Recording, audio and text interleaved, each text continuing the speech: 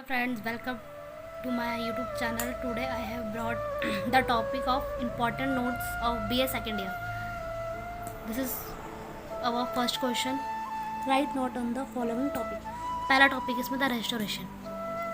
Mostly सबको पता है जो रेस्टोरेशन पीरियड है वो हमारा 1660 से 1700 तक चला था. इसमें मैं मेन चीज़ें बता रही हूँ. The new classical period, the restoration, the Augustan और the age of sensibility. Restoration जो पीरियड है, ये जो एज है, ये एज ऑफ ड्राइडन भी कहा जाता है. John Dryden was represented of this period. इस पीरियड को जॉन ड्राइडन ने लिखा था. इसको रेस्टोरेशन एज क्यों बोलते हैं? क्योंकि monarchy was restored in England. The atmosphere of gaiety and cheerfulness of license and moral laxity was restored. जो मोनार्ची है उसने इंग्लैंड को रिस्टोर किया था. फिर उसके बाद चार्ल्स सेकंड फ्रेंच गया था. मतलब Charles second was defeated by French and he come back to England. वो फ्रेंच से वापस इंग्लैंड आया था राजा बनने के लिए इंग्लैंड आया था.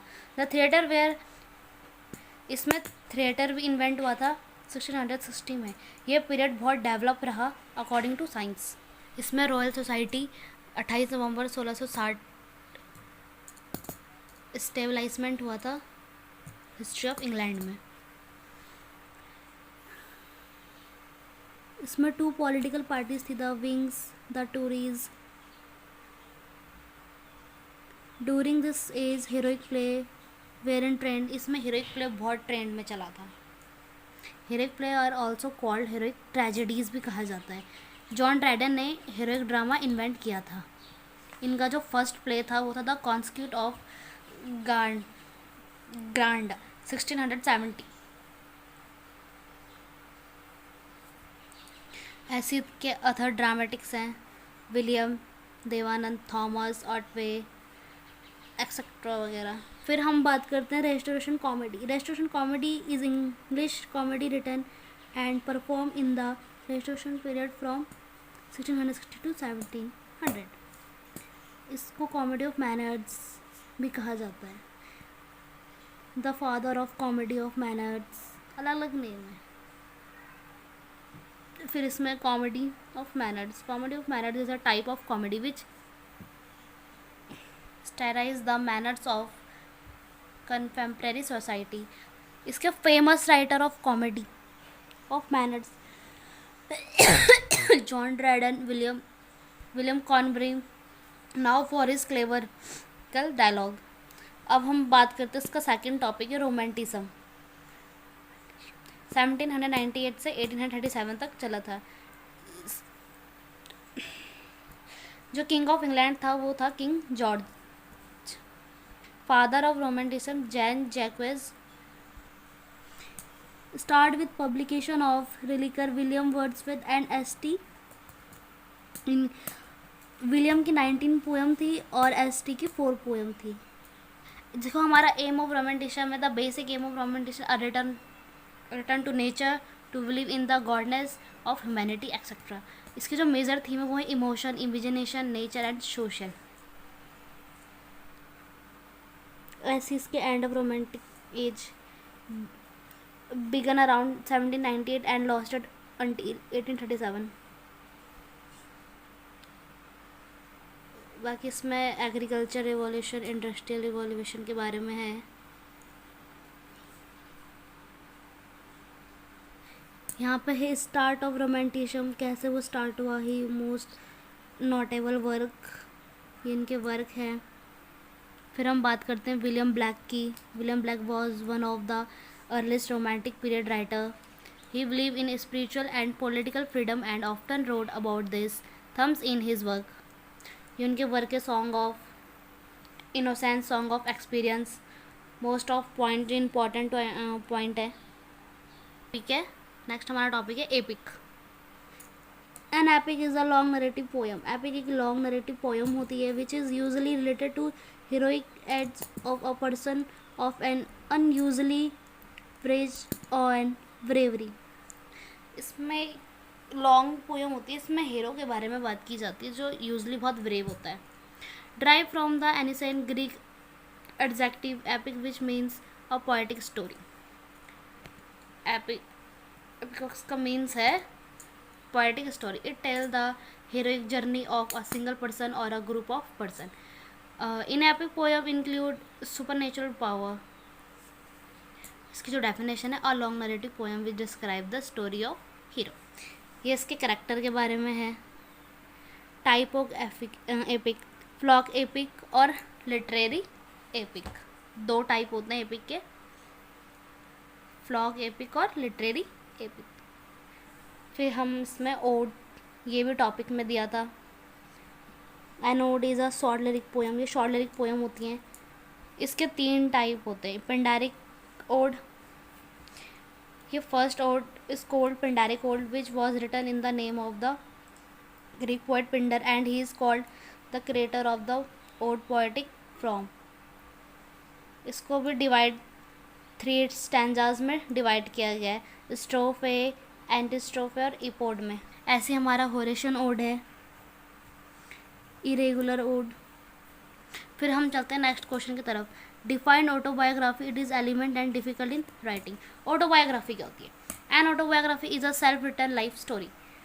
हम सेल्फ के बारे में जो लाइफ स्टोरी लिखते हैं, जैसे कई सारी ऑटोबायोग्राफी कई सारे बड़े बड़े लोगों के बारे में. ये Greek word from the 3 Greek word से बना है, auto, bio and graph, which means self, life and writing. जेशॉफ ने डिफाइन करी है ऑटोबायोग्राफी अपनी लैंग्वेज में. नेक्स्ट हमारा थर्ड क्वेश्चन है, critically analyse the uniques of the theory of rasa. इसमें रासा की थ्योरी दी गई है. हमारा नेक्स्ट क्वेश्चन है, डिफरेंट बिटवीन एम्पैथी और सिंपैथी. सिंपैथी और एम्पैथी के बारे में तो सबको पता है, ये उसकी डिफरेंट है. दोनों में क्या क्या डिफरेंट है? इन भी सिंपैथी में समझाया जाता है और एम्पैथी में फील किया जाता है. सिंपैथी में सिर्फ सामने वाला दूसरे की बात समझता है, लेकिन इसमें वो फील करता है. इसमें क्या होता है, वो मतलब सामने वाले की इमोशनल मतलब उतना नहीं समझ पाते जितना एम्पैथी में समझ सकता है. इसमें सिर्फ वो दिखावा करता है सिंपैथी में, और इसमें उसकी एक्चुअल फीलिंग, जैसे हम कहते हैं जिस पर बीतती है उसी को पता चलता है. ये एम्पैथी वाला ही काम होता है. नेक्स्ट जो हमारा क्वेश्चन है, discuss brief imagery as a poetic device. पहले तो पोएटिक डिवाइस की डेफिनेशन दे रखी है, फिर इमेजरी की. फिर नेक्स्ट हमारा क्वेश्चन आता है, right a note on the Oxford movement. इसमें ऑक्सफोर्ड मूवमेंट के बारे में बताया गया. मैंने इसमें शॉर्ट नोट लिखे, आप चाहे तो उसको अपनी तरफ से बढ़ा भी सकते हैं. इसमें और भी नोट्स थे. रिनाइसेंस, ये अर्ली मॉडर्न पीरियड है जो 1500 से 1600 तक था. 13 to 14 सेंचुरी में अर्ली रेनेसा, 15 सेंचुरी में हाई रेनेसा और 16 सेंचुरी में लेट रेनेसा. ये रेनेसा पीरियड जब ब्रेन हुआ, इसमें French Bacon is process write of the renaissance. French Bacon ने इसको लिखा था. फिर हमारा आता है रिफॉर्मेशन.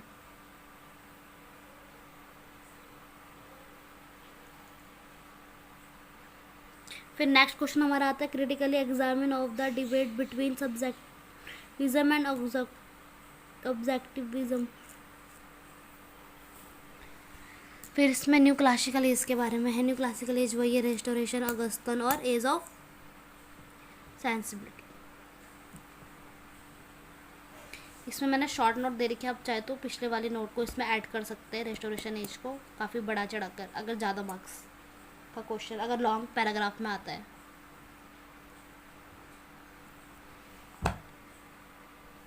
इसका जो मेन रीज़न था वो क्वीन ऑफ विक्टोरिया थी. ये एज हमारा 1837 से 901 तक चला था. इसमें मैंने major poet of Victorian age दे रखा है और major novelist of Victorian age कौन कौन से नॉवलिस्ट थे उस टाइम पे. नेक्स्ट ये वाला क्वेश्चन नहीं है,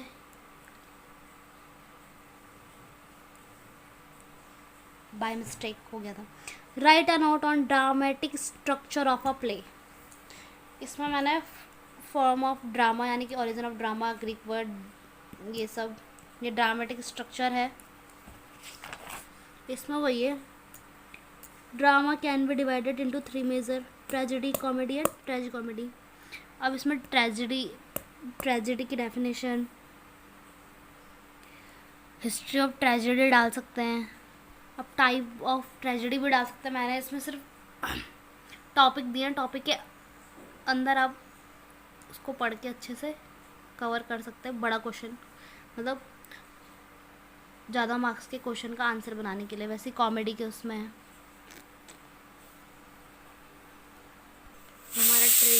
ये हमारा ट्रेजी कॉमेडी आ गया।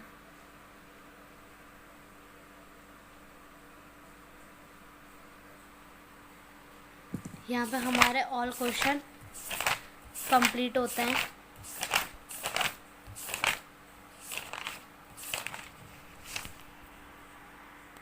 पूरे 11-12 क्वेश्चन। इसके नोट्स मैं आपको टेलीग्राम पे पोस्ट कर दूँगी, आप वहाँ से नोट्स ले सकते हैं। अगर मेरी ये वीडियो आपको अच्छी लगे तो please like, share and subscribe to my channel. Thank you, bye bye.